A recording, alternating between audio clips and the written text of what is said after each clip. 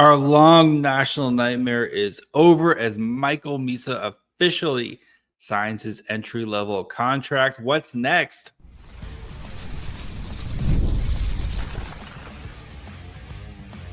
You're Locked On Sharks, your daily podcast on the San Jose Sharks, part of the Locked On Podcast Network, your team every day. Hello, welcome to Locked On Sharks, the premier hockey podcast covering your favorite team in the Bay Area. My name is JD Young, caretaker at The Reef, my blog about the San Jose Sharks with an emphasis on Sharks prospects. Also the co-host of Locked On NHL. I want to thank you for making Locked On Sharks your first listen. Proudly part of the Locked On Net, where we cover your team every day. And if you want to be an everydayer, all you have to do, just follow along wherever you get podcasts. And of course, you can watch on YouTube as well. And it is finally here. Michael Misa finally signs his entry-level contract. We're going to discuss if it's the right move, some quotes from Misa. We'll get into kind of a quick reminder of what the Sharks are getting with Michael Misa, the second overall pick. Plus, look at some year one expectations for Misa and why I think somewhere between what we saw from Will Smith and Macklin Celebrini feels like a really solid kind of suggestion for Misa. So before we get to all that, do want to let you guys know that today's episode is brought to you by FanDuel. Download the FanDuel app now by visiting FanDuel.com and win $300 in bonus bets if your first $5 bet wins. So we did it, guys. We made it through the summer, and Michael Misa, I did say on the eve of training camp, the Sharks rookie face-off starts on Friday. The rookies had their first practice today, and look at that. Michael Misa, officially a San Jose Shark, signs his entry-level contract. Just as a quick reminder, crash course, the Sharks are at 49 contracts right now with Michael Misa, Sam Dickinson, and Leo Saleh-Wallenius, all expected to slide or are now slide eligible. Those contracts become official contracts when and if they play 10 NHL games. We know Leo Saleh-Wallenius is going to be over in Europe playing in the SHL all season. That contract is going to slide. Dickinson and Misa are both expected to at least play their first 9 games in the NHL and then kind of make a decision from there. So the Sharks will have to, if they do keep Dickinson and Misa, will have to kind of part ways with a contract, whether it's for a trade, whether they put a player on, on termination, whatever. Like there's ways to get about it. We'll get as we go through training camp, we'll kind of see what the Sharks do here. So, but Michael Misa signing his ELC, 100% the right move for San Jose and for Michael Misa. Misa clearly has nothing left to prove in the OHL, having been the little CHL player of the year last year, a Memorial Cup champion. He's done everything that he can do in the OHL, and if he doesn't make the team, he can still go back to the OHL.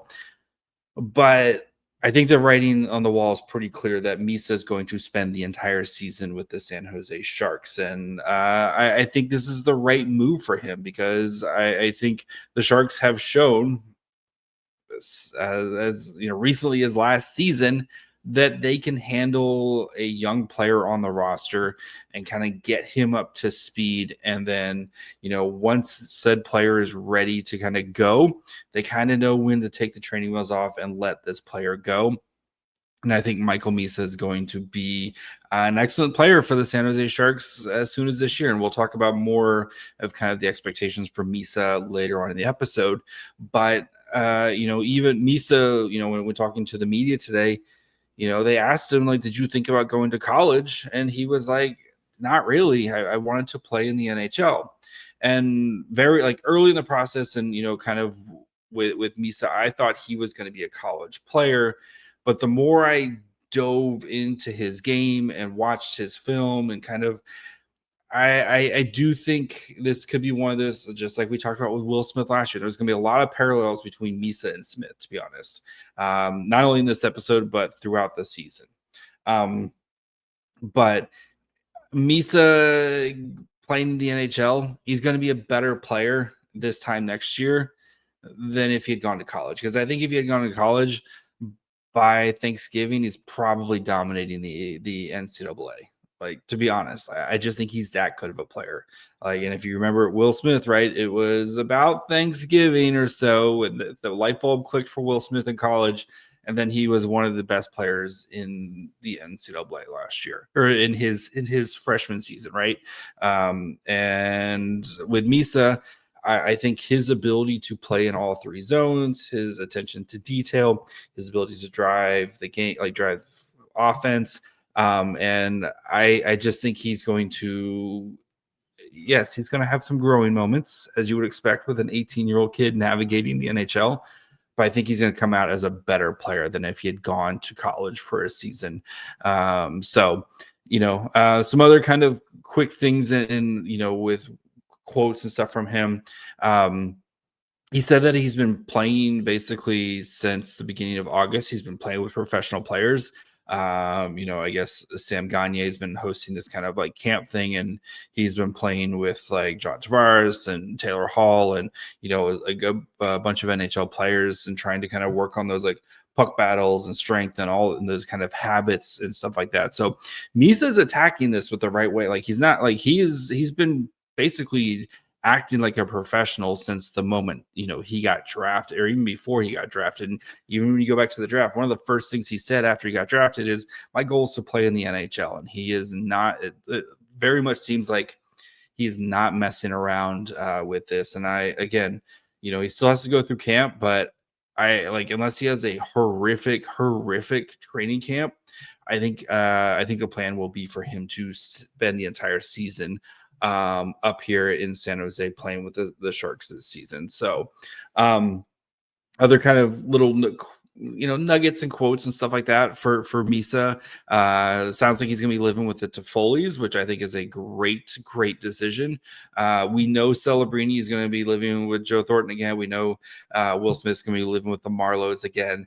So Tyler Toffoli feels like a natural option for a guy who maybe the next captain of the Sharks with Toffoli, but we know Toffoli's not going anywhere. Like, this more confirmation that Tyler Toffoli is not leaving the Sharks. I know I keep seeing maybe the Sharks might trade Toffoli. Like, Tyler Toffoli's not going anywhere, man. He just wants to go hang out with kids and hang out with the kids and go to the rink every day. And it seems like he's pretty happy in living in the Bay Area. So I think for Misa to live with Toffoli, a guy who's like a player on the team, a big time leader on the team, and I think he's going to be in a really great situation. And a guy like Toffoli, who's kind of been there and done that, right? He's a guy who's been traded a bunch of times. He's kind of gone through the ups and downs. He's won a cup. I think living with the Toffolis. Congrats, Kat, on your new adult child. So I hope Misa, he has to pick up Stella's dog poop or something like that as part of the chores. He gotta earn his keep around the house. So do not envy Stella, or do not envy Kat. And I'm sure that food bill between Misa and I'm sure Smith and Celebrini coming over as well. Do not envy that grocery bill. But no, congrats to Misa again. I think this is 100% the right. And as like I said, as I kind of dug into this process with Misa and watched his game more and stuff, very early on, I was like, I think a year of college, but now I do think NHL is the right decision. I think he's going to flourish in the NHL. And I think the Sharks have themselves a very special player coming with Michael Misa. So we're going to kind of go through the Michael Misa experience, what the Sharks are getting here, where he can help San Jose, kind of all that fun stuff. Plus, we'll talk about year one expectations and why I think he'll be on the crash course version of the Will Smith path to success. So we'll get to all that here in just 1 second. Most people can't name all their financial accounts or even what they're worth, whether it's their 401ks, properties, or investments. When you don't have the full picture, you can end up leaving money on the table. That's where Monarch Money comes in. It's an all-in-one personal finance tool that brings your entire financial life together in one clean, easy-to-use interface on your laptop or on your phone. Monarch is built for people with busy lives, so if you've been putting off organizing your finances, Monarch is for you. Monarch does the heavy lifting for you. It can link all your accounts in minutes, see clear data visuals, get smart categorization of your spending, and finally feel in control of your money without ever touching a spreadsheet. And the great thing about it, too, is maybe you and your partner have separate accounts, but you're working towards a shared goal, whether it's buying a house, buying a new car, or just planning your next adventure. Monarch makes it easy to, again, work on your individual goals, but also work on those shared goals together. So don't let financial opportunities slip through the cracks. Use code LOCKEDONNHL at monarchmoney.com in your browser for half off your first year. That's 50% off your first year at monarchmoney.com with code LOCKEDONNHL.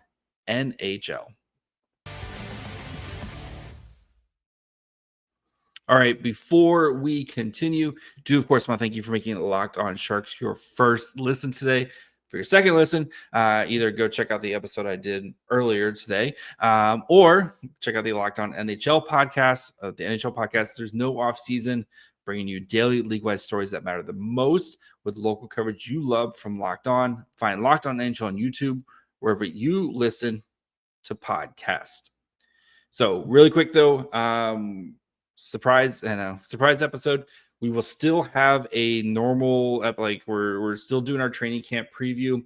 The defense, so we're going to do a whole episode on the defense and kind of the training camp battles there. That'll come out early Thursday morning. So probably like 8 a.m., 9 a.m. Pacific time.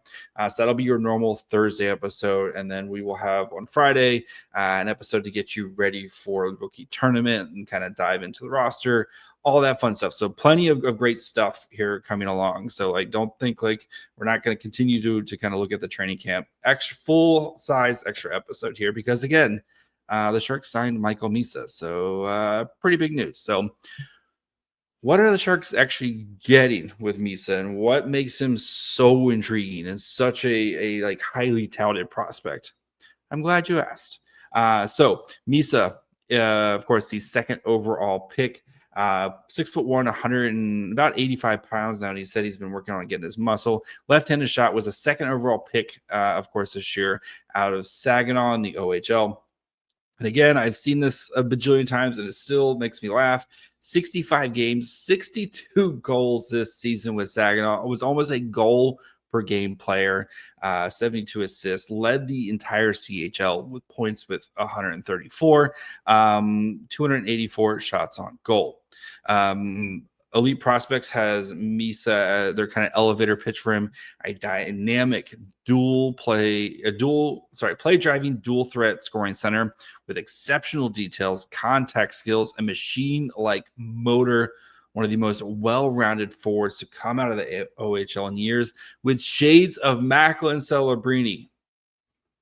It's pretty good. Known for his engine, known for his vision, and known for his ability to kind of think the game. On a 1 to 9 rating, and nines, nobody gets nines. Just put this in perspective. Nobody gets nines from elite prospects. Even Celebrini last year, he had 8s. I think was his highest. He had an 8. But Misa rated as 7 as a skating, 7 as a shooter, 7 as a passing, 7 as a handler, 7.5 as a hockey sense, with a 6.5 physical. A grade for him. Michael Misa, just again, one of the cleanest prospects you have seen over the past couple seasons, and especially with his ability to play in all 3 zones, which is why I think, spoiler, he's going to very quickly adapt to the NHL. Looking at the way they kind of ranked him, he was the best offensive forward in this draft, the best transition forward in this draft, the best two-way forward in this draft, the highest floor, one of the best straight line skaters, one of the best visions, ceiling. But Michael Misa has it all. His ability to create space, his ability to shoot, score, whatever you need Michael Misa to do, he's very good at it. He's excellent at it. Again, one of the cleanest prospects you have seen coming out, especially out of the OHL the past couple seasons. Looking at NHL Foley, the way he kind of rates and uses his data from Instat to kind of see how kind of percentiles, et cetera, et cetera. Misa was a 95 percentile offensive player this season in the games that he tracked at 5-on-5, playing about almost 16 and a half minutes at 5-on-5. Just ridiculous stats. 96 percentile scoring, 97.1 percentile defensively, 58.5% defensively. And the thing that kills him is minus. That's because Saginaw, you have to keep in context, Saginaw had no defense and goaltending, so they had to win every game 6-5, right? His transitions are outstanding. Like Michael Misa just dominates when he is on the ice. Misa commands respect from everybody out there because of his style of play, and he drags along anybody else out there to make him a better player. Advanced hockey stats, they have him as a 99% chance to become an NHLer, which for them is a 200 games with a positive WAR, so wins above replacement. He is an 87% chance to become a star, which is basically being in the top 18.5% of wins above replacement per 82 games. Basically, your wins above replacements are your ability to affect the game positively as one of the top 20% in the NHL. So, and then Byron Bader has him as a 75 percentile player to chance to be an NHLer. His kind of is just playing 200 plus games. I think that's extremely low for Michael Misa, with a 65% chance to be a star, and that for him is a 0.7 career points per game player for Michael Misa. So the Sharks are getting an extremely special player who has done everything you can ask for. And this is an exceptional status player who got to play OHL games early because of how special of a player he is. And he lived up to those expectations, right? How often do you see players, sometimes they get lived up and hyped up, and then they're never not able to meet those expectations? He did it in the OHL, right? Won a Memorial Cup. With Saginaw 2 years ago, where they beat the London, was the OHL MVP this year, was the CHL MVP, led the CHL in scoring.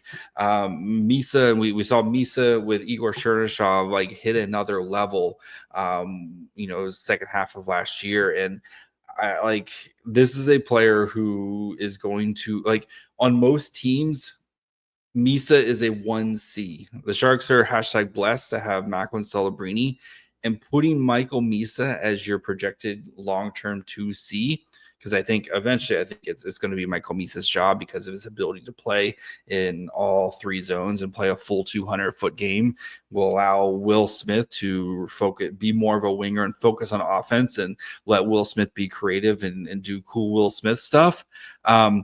The Sharks are basically getting a 1C to put on their second line to then dominate, right? And that's how teams get an advantage, right? These extremely good teams, they're just stacked where you have two capable 1C type of players. I mean, you look again, I'm not trying to compare Celebrini and Misa to McDavid and Draisaitl, but how often does if you separate them, when you play the Oilers, right, who do you focus on?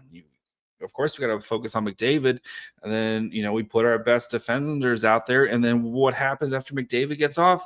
Draisaitl comes in, and again, Draisaitl would be a 1C on most teams in the NHL, and then in case things go really bad, you got to put them together. The Misa, Celebrini, Will Smith break glass in case of emergency line is going to feed families for the next 15 years, guys. those three guys together when that first time we get to see all three of those guys together at some point is going to be electric. So the Sharks are getting an extremely special player. And because they already have Macklin Celebrini, Misa is going to be in a position to succeed. And those two players are going to take pressure off of each other down the middle. And the Sharks are going to have, if one of the best 1-2 punches down the middle here very, very soon between Celebrini and Misa. So, we're going to focus more on year one expectations and why I think we're going to get a crash course version of the Will Smith path to success for Michael Misa. So we'll discuss that here in just 1 second. The NFL season is here, and FanDuel is making sure you're ready for kickoff with a can't-miss offer. Right now, new customers can bet just $5, and if your bet wins, you'll get $300 in bonus bets to use across the app. Great thing about FanDuel is they have so many ways to play. They have player props, so if you want to just root for Josh Allen to do cool Josh Allen things, they got you covered there. They have same game parlays, so maybe if you think a player's going to go off and that team's going to win, you can do something like that, or jumping in the live action and as the game unfolds. Maybe you have the Bills live at late. Live action that have them come back and win. You're probably feeling really good today. So if you're ready to play, download the FanDuel app now by visiting FanDuel.com to get started. That's FanDuel.com to place your first $5 bet. Also, I'm super excited to tell you about my new favorite jeanswear brand, Doer. I've been living in their performance denim straight jeans, and I'm actually wearing their shirt right now as well. And honestly, they completely changed the game for me. I love my Doer jeans because they have the 5-time stretch of traditional denim. They feel stretchy, but they don't look stretchy, which is great. They look great, and they more importantly feel great. I've been wearing them to work all the time. Doer combines classic jeanswear style with the kind of comfort and performance you get from an athletic wear, so you get the best of both worlds. Designed to look great and stay comfortable all day, no matter what you're doing. Doer are pioneers of blending technical innovation with everyday clothing. They invented the original performance denim. And there's a reason why they call them the world's most comfortable pants. You got to try them for yourselves. Again, I've been living in their jeans. I wear them multiple times a week. So Doer just opened up a store right here in Hayes Valley. You can feel the difference firsthand. Go check them out on 567 Hayes Street. Mention our code LOCKEDONSF in store to get 15% off your first order. Or check them out online at shopdoer.com/lockedonsf for 15% off. That's shopdoer.com/lockedonsf. All right. Year one expectations for Michael Misa.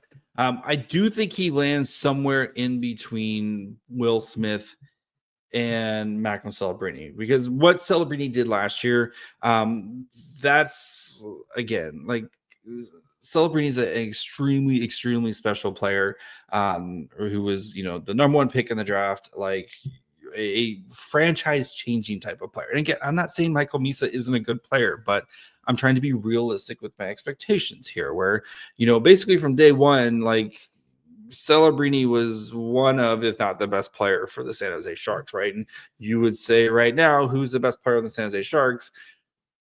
I think like 95% of people are going to say it's Macklin Celebrini. I mean, Tyler Toffoli people or whoever you want to pick, like, I get it. I'm going to say it's Macklin Celebrini. I think Macklin Celebrini is the best player on the San Jose Sharks right now as a 19-year-old.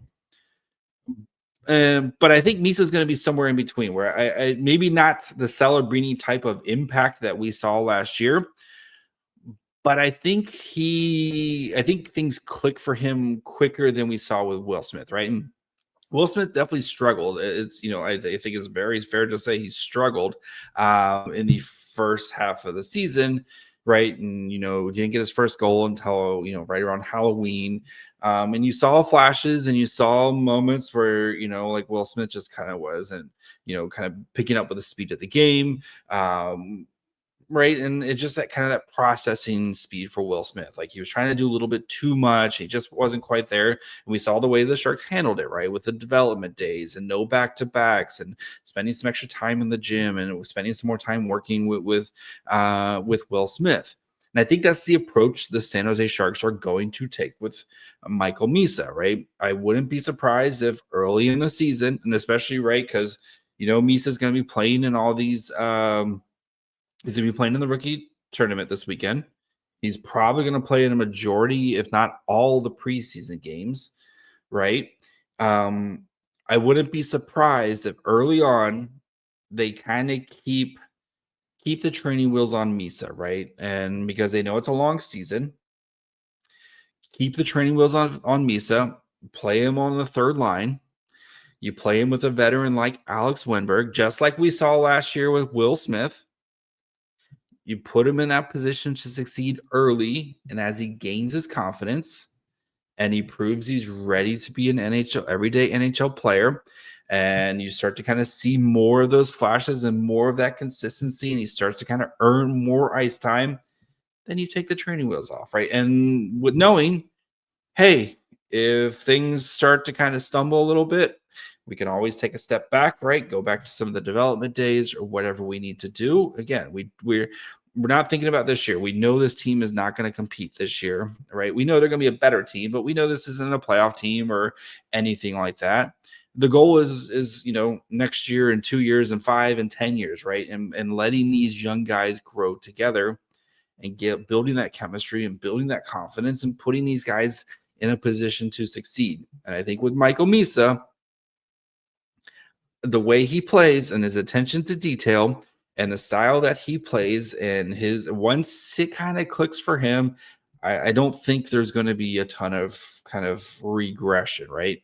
Not to say he's not going to have rookie mistakes and stuff, but I just think that the way he plays, especially and the questions that we have with Misa aren't anywhere near what we had with Will Smith, right? Will Smith, it was, how's his defensive game going to be, right? He never really had to play defense much in college, et cetera, et cetera. Like, you don't really have as much as like Misa's questions are, well, how's he just going to play against the pros, right? Because he played a ton of defensive assignments for Saginaw. He was on the penalty kill a lot. Like, he was double shifted multiple times for a lot of the season, like took on a lot of penalty kill duties, played a lot of in his own zone. It's just for Misa, it's just getting used to playing against NHL players, right? And playing against guys who are just as big, just as fast as you. So I think I wouldn't be surprised if it's like by Thanksgiving where Misa kind of gets the training wheels off and he's playing full schedule back-to-backs, and we start seeing his minutes maybe creep up from like 13, 14 minutes, which is what Will Smith was playing kind of the first half of the season, up to 16, 17 minutes, right? And I don't expect him to be that kind of 20-minute player that we saw from Macklin Celebrini. But if, I think by the end of the season or, kind of halfway through the season, if Misa's playing 18, 19 minutes a night, I think we're going to be in a good spot. And then the next question is, how soon is he in the top 6, which I would assume by then if he's playing 18, 19 minutes a night. And then how soon is Misa playing on center? And I think the Misa playing center question will probably go based on how Will Smith does with it. And if Will Smith struggles early, and Misa kind of comes up to speed very quickly, it might be a very quick transition there. And maybe they have Wenberg play it for a little bit. But, I do think long-term it's going to be Misa it's going to be Celebrini and Misa down the middle. And then Will Smith will probably slide to the wing. And the great thing is if somebody gets hurt, you have 3 guys who can play top. Like you have Celebrini, Smith, and Misa who can all be top 6 wing or centers, right? In a pinch. And I think that it's nice to have some flexibility there. So super excited though that Michael Misa has signed his ELC. We can finally now enjoy this, man. If Sam Dickinson makes the team too, the Sharks could have 4 players 20 and under on this NHL roster. Old man Will Smith with all these children running around as well. So But that's going to be it for me today. Like I said, we'll be back probably early, probably about 8 or 9 a.m. Check your feeds then. If you haven't subscribed, perfect time to subscribe. Put the push to 5K on YouTube. It's coming, guys. Like, want to get it done before opening night. So make sure you guys are following along. Like I said, we'll talk defensemen and all the guys kind of vying for those defensive battles there for training camp on your next episode, and then we'll get you guys ready for rookie tournament on Friday. So make sure you follow along wherever you get podcasts. Watch on YouTube as well. Follow the show on Twitter, Facebook, Instagram, and on TikTok. Follow me on Twitter and Blue Sky at my fry hole. Till tomorrow. Bye, friends.